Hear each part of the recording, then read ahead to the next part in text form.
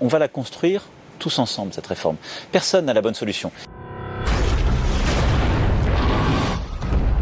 Sur la réforme des retraites, le président a enterré l'âge d'équilibre à 64 ans. Il préfère jouer sur la durée de cotisation. Je préfère qu'on trouve un accord sur la durée de cotisation plutôt que sur l'âge. Ça me semble plus juste. Le président a enterré l'âge d'équilibre à 64 ans. Mais la réforme va instaurer un âge d'équilibre. Un âge d'équilibre à 64 ans. Cet âge pivot de 64 ans risque d'être perçu comme une remise en cause de l'engagement présidentiel d'un âge légal maintenu à 62 ans. Ce serait assez hypocrite de décaler l'âge légal. Bon courage déjà pour arriver à 62 ans. C'est ça la réalité de notre pays. Alors on va dire non, il faut maintenant aller à 64 ans. Il faudrait fixer cet âge à 64 ans. Il faut maintenant aller à 64 ans. Vous savez déjà plus comment faire après 55 ans. Les gens vous disent les emplois c'est plus bon pour vous. C'est ça la réalité. C'est le combat qu'on mène. On doit d'abord gagner ce combat avant d'aller expliquer aux gens, mes bons amis, travaillez plus longtemps. Nous allons devoir inciter les Français à travailler plus longtemps. Mes bons amis, travaillez plus longtemps. Il faut dire aux Français que nous allons travailler plus longtemps. Mes bons amis,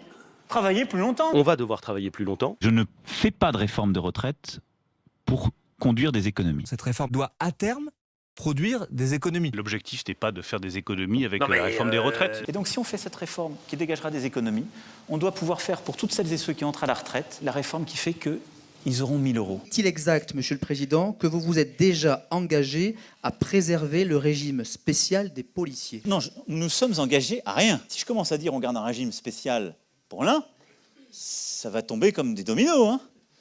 Parce que derrière, on me dira, vous faites pour les policiers, donc les gendarmes. Donc ensuite, on me dira, vous faites pour les gendarmes, donc pourquoi pas pour les infirmiers et infirmières, les aides-soignantes. Et puis on va refaire nos régimes spéciaux.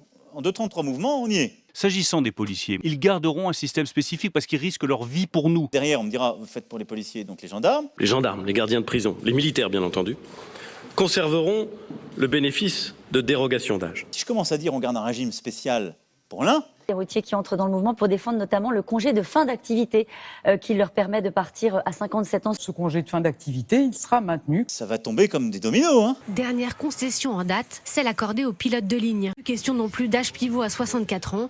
Ils pourront cesser de voler dès l'âge de 60 ans. Comme des dominos. Hein. De nombreuses professions ont obtenu des dérogations et pourront continuer à partir à la retraite plus tôt. Les policiers, les marins-pêcheurs, les chauffeurs routiers, les douaniers, les pompiers, les militaires et maintenant les pilotes de l'air, hôtesses et stewards.